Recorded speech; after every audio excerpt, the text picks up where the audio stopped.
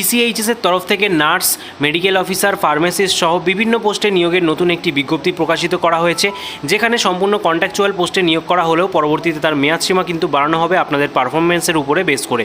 এরকমটাই বিজ্ঞপ্তিতে জানানো রয়েছে। এছাড়া আরও কী ডিটেলস রয়েছে, কারা কারা এখানে আবেদন করতে পারবেন, কত টাকা স্যালারি আপনাদের দেওয়া হবে, সম্পূর্ণ ডিটেলস জানতে হলে একদমই ভিডিওটিকে স্কিপ না করে শেষ পর্যন্ত স্টেপ বাই স্টেপ দেখতে থাকুন। চ্যানেলে নতুন হয়ে থাকলে চ্যানেলটিকে এখনই সাবস্ক্রাইব করে রাখবেন এই ধরনের নিত্য নতুন লেটেস্ট আপডেট পাওয়ার জন্য। চলুন অফিসিয়াল বিজ্ঞপ্তিতে গিয়ে সম্পূর্ণ ডিটেলসগুলি জেনে নেওয়া যাক।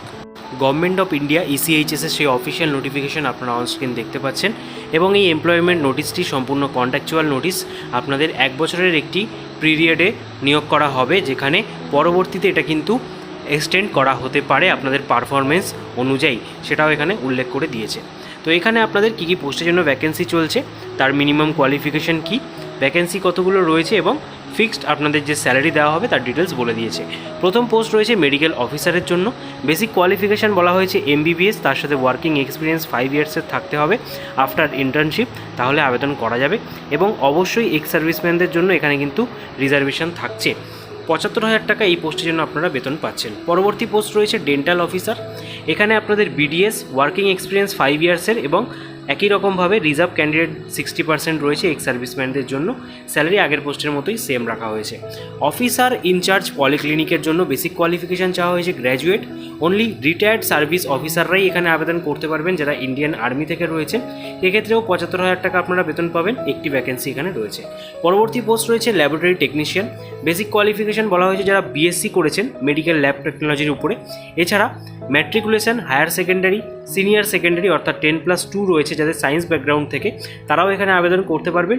Diploma in medical lab technology from recognised institution, এই ডিগ্রিটা কিন্তু এইচএসের সাথে চাওয়া হয়েছে। মিনিমাম 3 ইয়ার্সের এক্সপিরিয়েন্স থাকলে তবে এখানে আবেদন করা যাবে। এখানে আপনারা বেতন পাবেন 28,100 টাকা মতো। পরবর্তী পোস্ট রয়েছে ল্যাবরেটরি অ্যাসিস্ট্যান্টের জন্য। এখানে DMLT, তার সাথে বলেছে class 1 laboratory technical course arm ফোর্সের তরফ থেকে কমপ্লিট করা থাকতে হবে এবং 5 ইয়ার্সের এক্সপিরিয়েন্স থাকলে তবেই এখানে আবেদন করা যাবে। 70% রিজার্ভ এক্স সার্ভিসম্যানদের জন্য রয়েছে। এখানেও আপনাদের স্যালারি আগের পোস্টের মতোই সেম রাখা হয়েছে। পরবর্তী পোস্ট রয়েছে ফার্মাসিস্ট। এখানে B.Pharma ডিগ্রি যাদের রয়েছে তারা আবেদন করতে পারবেন। এছাড়া 10+2 ফিজিক্স, কেমিস্ট্রি, বায়োলজি নিয়ে যারা কমপ্লিট করেছেন তারাও আবেদনযোগ্য। তার সাথে অবশ্যই যারা diploma in pharmacy from institute recognized by pharmacy council of India থেকে কমপ্লিট করেছেন উইথ 3 ইয়ার্সের এক্সপিরিয়েন্স, তারাও এখানে আবেদন করতে পারছেন। স্যালারি আগের পোস্টের মতোই সেম রাখা হয়েছে। পরবর্তীতে নার্সিং অ্যাসিস্ট্যান্টের ভ্যাকেন্সি রয়েছে, যেখানে GNM প্রার্থীরা আবেদনযোগ্য। তার সাথে অবশ্যই নার্সিং অ্যাসিস্ট্যান্ট কোর্স যদি করা থাকে আর্ম ফোর্সের, তাহলে অগ্রাধিকার পাচ্ছেন। ওয়ার্কিং এক্সপিরিয়েন্স 5 ইয়ার্সের চাওয়া হয়েছে। এখানেও আপনারা 28,100 টাকা বেতন কিন্তু পাবেন। পরবর্তীতে ডেন্টাল হাইজেনিস্ট অ্যাসিস্ট্যান্ট টেকনিশিয়ানের জন্য ভ্যাকেন্সি রয়েছে। ডিপ্লোমা হোল্ডার যারা ডেন্টাল হাইজেনিস্টের উপরে করেছেন তারা কিন্তু এখানে আবেদনযোগ্য। স্যালারি সেম থাকছে। পরবর্তীতে ডেটা এন্ট্রি অপারেটর বা ক্লার্কের জন্য ভ্যাকেন্সি রয়েছে। যে কোনো শাখায় গ্র্যাজুয়েশন, তার সাথে কম্পিউটারের ডিগ্রি থাকতে হবে এবং মিনিমাম 5 ইয়ার্সের এক্সপিরিয়েন্স থাকলে তবে এখানে আবেদন করা যাবে। 22,500 টাকা মতো আপনারা বেতন কিন্তু পাবেন। ড্রাইভারের জন্য যে ভ্যাকেন্সিটা রয়েছে, যেখানে আপনারা ক্লাস 8 পাসে আবেদন করতে পারবেন। তাছাড়া আপনাদের লাইসেন্স থাকতে হবে, অবশ্যই সিভিল ড্রাইভিং লাইসেন্স। তার সাথে ওয়ার্কিং এক্সপিরিয়েন্স 5 ইয়ার্সের ড্রাইভার হিসাবে কাজ করার অভিজ্ঞতা থাকলে তবে আবেদন করতে পারবেন। 19,700 টাকা প্রতি মাসে আপনারা বেতন এই পোস্টের জন্য পাবেন। চৌকিদারের জন্য ভ্যাকেন্সি রয়েছে। ক্লাস 8 পাসে চৌকিদারের জন্য আপনারা কিন্তু আবেদন করতে পারবেন। 16,800 টাকা এখানে আপনারা বেতন পাচ্ছেন।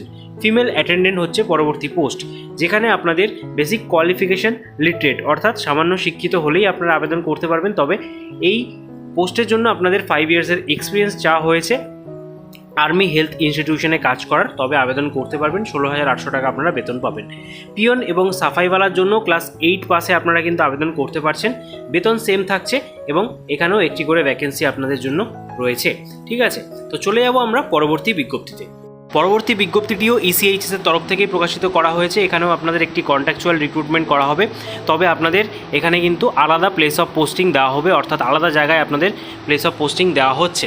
এখানে আপনাদের পোস্ট কী কী রয়েছে দেখে নিন। Officer incharge medical officer, medical অফিসারের জন্য তো আগেই বলে দিলাম MBBS ডিগ্রি লাগবে আগের বিজ্ঞপ্তিতে অনুযায়ী। এখানেও এক্সপিরিয়েন্স এবং এডুকেশন কোয়ালিফিকেশান সেম রাখা হয়েছে। অফিসার ইনচার্জের জন্য আপনাদের গ্র্যাজুয়েশন লাগছে এবং মিনিমাম 5 ইয়ার্সের এক্সপিরিয়েন্স থাকতে হবে হেলথ কেয়ার ইনস্টিটিউশনে কাজ করার, তবে আপনারা আবেদন করতে পারবেন।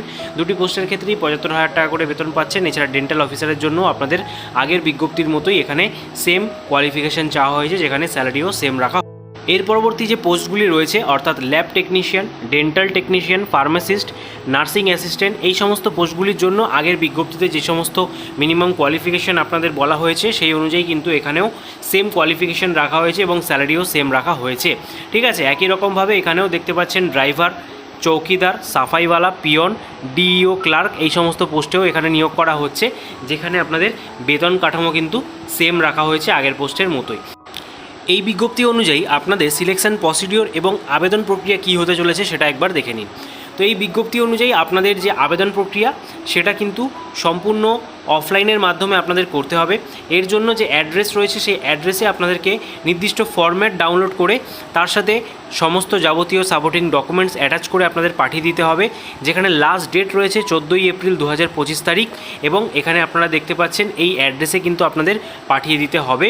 ঠিক আছে, এবং অবশ্যই আপনারা সমস্ত এডুকেশন কোয়ালিফিকেশান সহ যে ফরম্যাট রয়েছে সেই ফরম্যাটটা অফিসিয়াল ওয়েবসাইট থেকে ডাউনলোড করে নিয়ে তবে এখানে পাঠাবেন।